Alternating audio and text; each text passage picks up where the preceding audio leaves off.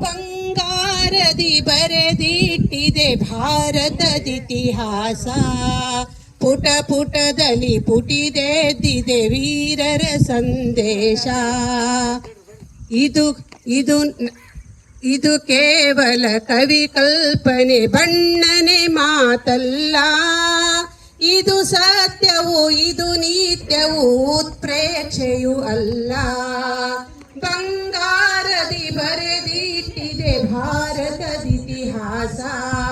ಪುಟ ಪುಟದಲ್ಲಿ ಪುಟಿದೆದ್ದಿದೆ ವೀರರ ಸಂದೇಶ. ನೆರೆನಾಡಿನ ಒಂದಂಗುಲ ನೆಲದಾಸೆಯೂ ಇಲ್ಲ. ನೆಲನಾಡಿನ ಒಂದಂಗುಲ ನೆಲದಾಸೆಯೂ ಇಲ್ಲ.